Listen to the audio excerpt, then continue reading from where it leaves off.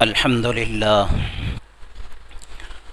لله نحمده ونستعينه ونستغفره ونؤمن به ونتوكل عليه ونعوذ بالله من شرور أنفسنا ومن سيئات أعمالنا من يهده الله فلا مضل له ومن يضلله فلا هادي له ونشهد أن لا إله إلا الله وحده لا شريك له ونشهد أن سيدنا ومولانا محمدًا عبده ورسوله صلى الله عليه وعلى آله وأصحابه وبارك سلم وتسليما كثيرا كثيرا. أما بعد، قال الله تبارك وتعالى: أعوذ بالله من الشيطان الرجيم، بسم الله الرحمن الرحيم. يا أيها الذين آمنوا كتب عليكم الصيام كما كتب على الذين من قبلكم لعلكم تتقون. صدق الله العظيم. قال النبي صلى الله عليه وسلم: الصوم لي وأنا أجزى به، او کما قال النبی صلی اللہ علیہ وسلم. محترم بھائیوں، بزرگوں اور پردہ نشین دینی اور ایمانی ماں اور بہنوں، اللہ تعالی ہمارے اس جمع ہونے کو اور اس تربیتی پروگرام کو جس نسبت سے ہم یہاں جمع ہوئے ہیں، اس کی برکت سے اللہ تعالی ہمارے رمضان کو صحیح معنی میں گزارنے، اس کی قدردانی کرنے اور ایک ایک لمحے کو قیمتی سمجھنے اور ان لمحوں کا صحیح معنی میں قدردانی کر کے اس سے اپنی آخرت کو بنانے کی اللہ تعالی ہم تمام کو توفیق عطا فرمائے. کوئی مہمان گھر میں آتا ہے، آنے والا ہوتا ہے اور پہلے سے علم ہوتا ہے تو ہم اس کی تیاریاں کرتے ہیں کہ آنے والے مہمان کو کسی قسم کی تکلیف نہ ہو، پریشانی نہ ہو، اس کی بے اکرامی نہ ہو. اس کی سہولیات کا سارا انتظام ہم مہمان کی آمد سے پہلے کرتے ہیں. اور رمضان المبارک بھی ہماری زندگیوں میں مہمان کی طرح آتا ہے اور مہمان کی طرح رخصت ہو جاتا ہے.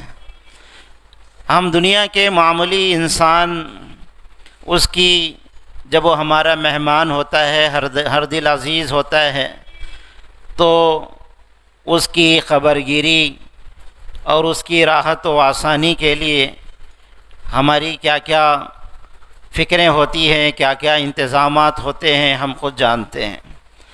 اور اللہ کا مہمان ہماری زندگیوں میں آتا ہے اور جاتا ہے، ہم اس کی کتنے قدردانی کرتے ہیں، کتنا اس کا استقبال کرتے ہیں، اور اس مہینے کا کیا پیغام ہے، اس پیغام کو ہم پورا کرتے ہیں. یہ بہت بڑا المیہ اور فکر کی بات ہے کہ دین کے تعلق سے ہماری کتنی بے فکری اور بے احتیاطی ہماری زندگیوں کے اندر ہے. اللہ کے نبی صلی اللہ علیہ وسلم نے صحابہ کو رمضان کی آمد سے پہلے اس کی اہمیت کو کتنے بہترین پیرائے سے بیان کیا ہے.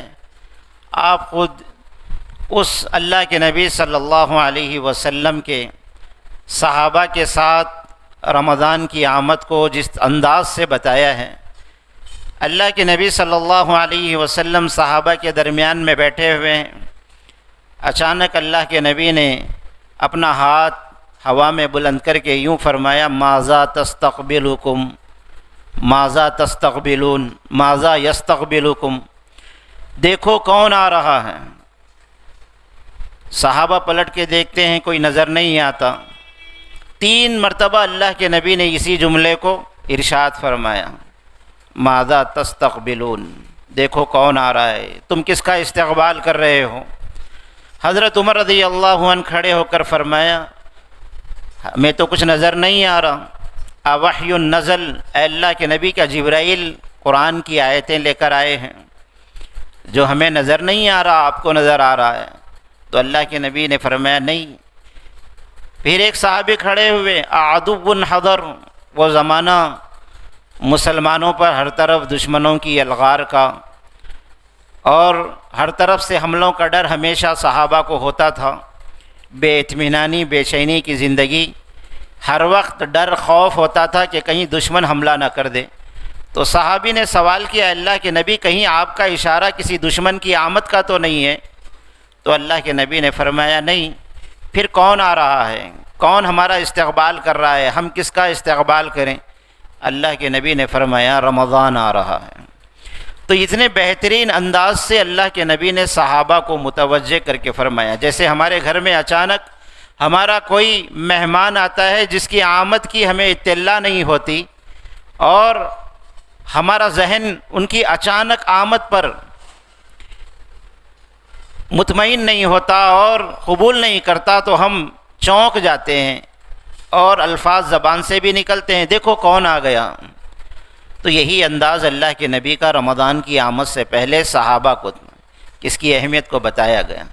حضرت فضیل ابن عیاض علیہ رحمہ خیر القرون کے ان کی زندگیوں میں رمضان کی اہمیت، اس کی افادیت، اس کا انتظار، اس کا استقبال اور رمضان کی صحیح معنی میں قدردانی ان کی زندگیوں میں تھی۔ فرماتے ہیں ہمارے زمانے میں 6 مہینے پہلے سے رمضان المبارک کی آمد کی دعائیں مانگی جاتی تھیں کہ اے اللہ رمضان کا مہینہ ہمیں عطا فرما، ہماری زندگیوں میں برکت دے، اور اس مہینے کی جس میں ایک عمل کا ثواب 70 گنا ملتا ہو، ہماری نیکیوں میں اضافہ ہو، ہم بھی بھوک کی شدت کو، پیاس کی شدت کو برداشت کریں گے، اپنے رب کو راضی کریں گے، جنت کی نعمتیں ہمارے حصے میں بٹوریں گے، جہنم کے دردناک انگاروں سے بچاؤ کا سامان کریں گے، اور خبر جو ہمارے لیے تاریکی کا گھر ہے اس گھر میں روشنی کا انتظام کریں گے۔ یہ فکریں تابعین کے زمانے میں صحابہ کو ہوتی تھی۔ 6 مہینے پہلے سے رمضان کا استقبال ہو رہا ہے،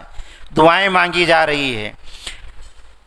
فرماتے ہیں رمضان کا مہینہ آتا تو ہم مکمل یکسو ہو کر عبادت میں اپنے اوقات کو گزارتے تھے، دنیا کا کوئی مشغلہ نہیں، کوئی فکر نہیں، ذہنی اعتبار سے سکون کے ساتھ رمضان کو ہم گزارتے تھے۔ اور رمضان گزر جاتا تھا تو دھاڑے مار کے روتے تھے 6 مہینے تک کہ اے اللہ یہ مہینہ ہم سے گزر گیا، یہ پتہ نہیں ہمارا رمضان قبول ہوا یا نہیں۔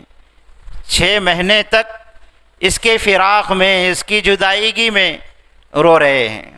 اب بتائیے ہم بھی اپنے گرہبانوں میں جھانکیں، اس کی آمد کی کتنی خوشی ہے اور اس کے جانے کا کتنا غم ہے، اور اس مہینے کی قدردانی کے کتنے جذبات ہماری زندگی کے اندر ہیں۔ تو میری ماں اور بہنوں یہ فکریں ہونی چاہیے۔ استقبال رمضان کا مطلب کیا ہے کہ ہم رمضان سے پہلے یکسو ہو جائیں اور یہ ذہن ہمارا بن جائے کہ رمضان کا مہینہ خالص ہم اللہ کو دیں گے۔ کل قیامت میں اللہ پوچھے کیا دیا، کم از کم ہم یہ تو کہہ سکیں اے اللہ رمضان کا مہینہ سارا کا سارا میں نے نفس کی خواہشوں کو کچلا، جی کے چونچلوں کو دبایا، صرف تیری محبت میں اور تجھ کو راضی کرنے کے لیے میں نے جو تو نظام چلایا تھا میں اپنے مہینے کو تیرے سپرد کر دیا۔ ایک رمضان تو ہمارا زندگی کا ایسا گزرے کہ میری ماں اور بہنوں وہ رمضان ہماری زندگی کے بدلنے کا سبب بن جائے، وہ رمضان ہماری آخرت کی کامیابی کا ذریعہ بن جائے۔ یہ رمضان کی صحیح معنی میں استقبال ہے کہ ہم یکسو ہو جاویں کہ رمضان کے مہینے میں دنیاوی مشاغل کو ختم کر دیں گے اور دنیا کی ضرورتوں کو ہم دبا لیں گے، اور رمضان کا مہینہ خالص دیندار بن کر، خالص اللہ والے بن کر، خالص آخرت کو کمانے والے بن کر ہم گزارنے والے بن جائیں گے۔ تو ہم کو پہلے سے علم ہو کہ رمضان میں کیا کرنا ہے، رمضان میں کیا نہ کرنا ہے، کن چیزوں سے بچنا ہے، کن چیزوں کو کرنا ہے، اور اعمال کا صحیح معنی میں اجر ہماری جھولیوں میں آ جائے تو اس کے آداب کیا ہیں، اس کے مستحبات کیا ہیں، اپنی آنکھوں کی حفاظت، گناہوں سے بچنا اور اپنے سینوں کو رمضان سے پہلے صاف کر لینا، یہ وہ امور ہیں کہ ہم اس اپنے دل کو اور اپنے ظاہر اور باطن کو صاف کر کے رمضان کا استقبال کریں گے تو اللہ کے جو وعدے ہیں کہ اولھا رحمت اوسطھا مغفرۃ وآخرھا عتق من النار، یہ کتنے بڑے بڑے اللہ کے وعدے ہیں۔ یہ وعدے جبھی ملیں گے جب ہم رمضان کی صحیح معنی میں قدردانی کریں گے۔ اللہ کی مغفرت مل رہی ہے، اللہ کی رحمت مل رہی ہے، جہنم سے خلاصی کے فیصلے لکھے جا رہے ہوں، تو وہ جبھی ہو سکتا ہے جب اس مہینے کو ہم نے صحیح گزارا ہوگا۔ نہیں وہ مہینہ رمضان کا عام دنوں سے زیادہ ہم دنیا میں مشغول ہو جائیں، رمضان کے مہینے میں چیتڑوں کی محبت، کپڑوں کی محبت، کھانے کی محبت، انہی جو رمضان کے علاوہ ہماری چیزیں ضرورتیں تھیں، اس کے اندر ان چیزوں میں اور اضافہ ہو رہا ہے، تو یہ مہینہ ہم نے دنیا داری کا مہینہ بنایا ہے۔ تو اس لیے اس مہینے کا صحیح استقبال یہ ہے کہ اپنی دنیاوی ساری ضرورتوں کو اسی مہینے کے اندر رمضان سے آنے سے پہلے مکمل کر لینی چاہیے، کہ کپڑوں کی پریشانی، کپڑوں کا سوچ و فکر رمضان میں نہ ہو، چپل کی خریداری کا فکر رمضان میں نہ ہو، اور رمضان سے پہلے 11 مہینے ہم نے بہت کچھ کھایا ہے، تو یہ مہینہ جو آ رہا ہے وہ کھانے اور سونے کا مہینہ نہیں ہے۔ وہ مہینہ تو صحابہ کی زندگی کو اٹھا کر دیکھیں، کھجور سے سحر ہو رہی ہے اور ایک کھجور پہ افطار ہو رہا ہے، ایک گھونٹ پانی پہ افطار ہو رہا ہے، ایک گھونٹ پانی پہ سحر ہو رہی ہے۔ تو جنہوں نے اپنی آخرت کو، زندگی کو کمانے کے لیے رمضان کا مہینہ بنایا، انہوں نے اپنی ضرورتوں کو میری ماں اور بہنوں مختصر کر لیا۔ علامہ جرجانی علیہ رحمہ آٹا پھانکتے ہیں، پانی پیتے ہیں۔ سری سختی علیہ رحمہ نے پوچھا کہ یہ ایسا آپ کیوں کرتے ہیں، کہ آپ روٹی کیوں نہیں کھاتے، روٹی بنا کے کیوں نہیں کھاتے؟ تو جرجانی علیہ رحمہ فرماتے ہیں کہ ہمارے لیے عبرت کی بات ہے۔ فرمایا کہ روٹی پکانے اور بنانے اور اس کو چاپ کے کھانے میں، اور میں صرف آٹا پھانک کے پانی پینے میں اندازہ لگایا تو میں اللہ کا نام 200 مرتبہ زیادہ لے سکتا ہوں، اللہ کی قرآن کی آیتیں 200 آیتیں میں زیادہ پڑھ سکتا ہوں، اس لیے میں نے روٹی کھانا چھوڑ دی، آٹا پھانک کے پانی پی لیتا ہوں، اسی پہ گزارا ہوتا ہے۔ کہ دیکھیے اپنے وقت کو اعمال کے لیے بچانے کے لیے انہوں نے دنیا کی ضرورتوں کو مختصر کر لیا۔ آٹا پھانک کے پانی پی رہے ہیں، روٹی پکی ہوئی کھانے کو تیار نہیں، اس سے میری آخرت کا حرج ہو رہا ہے۔ اسی لیے آخرت سمجھ میں آئی تو دنیا کی ضرورتوں کو چھوڑنا آسان ہو گیا، اور آخرت کی نعمتیں ہماری نگاہوں کے سامنے میری ماں اور بہنوں نہیں ہوگی تو دنیا کی لذتیں، دنیا کی جو ہے چمک دھمک ہماری آنکھوں کے سامنے ہوگی۔ اور اللہ کے نبی صلی اللہ علیہ وسلم نے اپنی امت کو آخرت کی چمک بتلائی ہے، اور دنیا کی بے ثباتی اور دنیا کا فانی ہونا، دنیا کا ختم ہو جانا یہ بتایا ہے۔ تو جب جس کو یہ آخرت سمجھ میں آئی تو انہوں نے دنیا کی ضرورتوں کو مختصر کر لیا۔ پوچھا کتنے دن سے یہ آپ کا عمل ہے کہ آپ صرف آٹا پھانک کے پانی پیتے ہیں، روٹی نہیں کھاتے؟ علامہ جرجانی علیہ رحمہ نے فرمایا کہ 40 سال سے میں یہ عمل کر رہا ہوں۔ دیکھیے زندگی کا کیا عالم، آٹا پھانک کے پانی پی رہے ہیں، اسی پہ زندگی گزر ہو رہی ہے، اس لیے کہ میرا وقت دنیا کی چیزوں میں، کھانے پینے میں ضائع ہو رہا ہے، آخرت کے اعمال سے میں دور ہو رہا ہوں۔ تو یہ ان کی زندگی ہمارے لیے نمونہ ہے کہ ہم وہ بھی اللہ کے نبی کی امتی تھے، وہی انسان تھے، ہم بھی انسان ہیں، ان کی بھی ضرورتیں تھیں، ہماری بھی ضرورتیں تھیں، لیکن آخرت سمجھ میں آئی، دین سمجھ میں آیا، اللہ کی محبت سمجھ میں آئی، مرنا ہے، مرنے کے بعد زندہ ہونا ہے، اپنے رب کو منہ دکھانا ہے، تو میں کون سے اعمال اپنے رب کے سامنے لے کے جا رہا ہوں، یہ فکریں ان کی زندگی کے اندر تھی، تو انہوں نے دنیا کی ضرورتوں کو مختصر کر لیا تھا۔ تو رمضان کا استقبال یہ ہے کہ ہم آپس میں، ہمارے دل کٹے ہوئے ہیں، دلوں میں نفرتیں ہیں، بغض ہے، حسد ہے، کینہ ہے، اگر اس سے ہم صاف کر کے رمضان کا استقبال نہیں کریں گے تو اس دل کے اندر نہ آخرت آ سکتی ہے، نہ اللہ کی محبت آ سکتی ہے، نہ اللہ کی رحمت اور اس کی مغفرت، نہ جہنم سے خلاصی آ سکتی ہے۔ اس برتن میں ماں بھی دودھ نہیں ڈالتی جو برتن گندا ہوتا ہے۔ اللہ اس دل کے برتن میں اپنی محبت کو، اپنی مغفرت کو، اپنی چاہت کو کیسے ڈالیں گے؟ جس دل کے اندر ہمارے حسد ہو، بغض ہو، کینہ ہو، دل کٹے ہوئے ہوں، ہمارے دل صاف نہ ہوں۔ تو رمضان کے آنے سے پہلے ہم گھروں کی صفائی کر لیتے ہیں، مکانوں پر رنگ و روغن لگاتے ہیں۔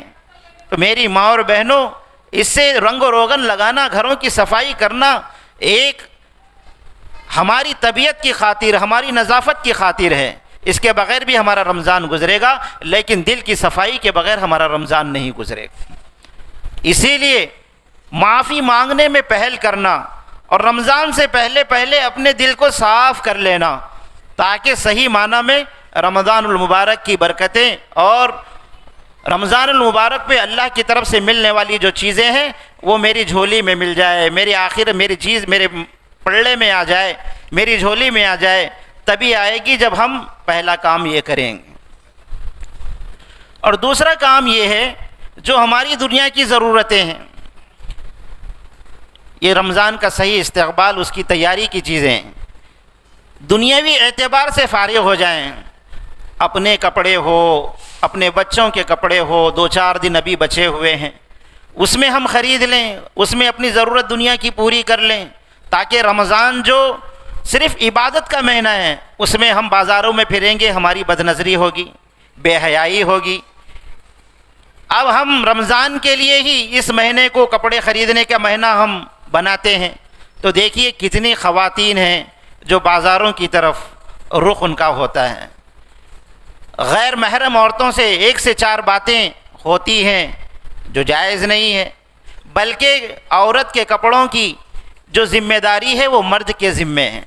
آپ مرد کے ذمے لگائیں. آپ کیوں پریشان ہوتے ہیں؟ کیوں بازار آپ جاتے ہیں؟ آپ کہیں کہ آپ ساری ضرورتوں کا پورا کرنا آپ کا کام ہے، آپ ہمارے کپڑے آپ ہی خرید کر لائیں. تو میری ماں اور بہنوں، یہ دنیاوی اعتبار سے ہم فارغ ہو جائیں. جو بھی ہماری ضرورت ہے تو صحیح معنی میں رمضان کا استقبال ہے. تو رمضان کا استقبال کے معنی یہ ہے کہ اس مہینے کو ہم خالص اللہ کے لیے دے دیں، اپنی آخرت کے بنانے کے لیے دے دیں. اللہ ہم سے راضی ہو جائے، اس مہینے کو ہم ویسا مہینہ بنانے کی کوشش کریں. تو انشاءاللہ یہ مہینہ ہمارے لیے ہماری آخرت کی کامیابی کا ذریعہ بنے گا.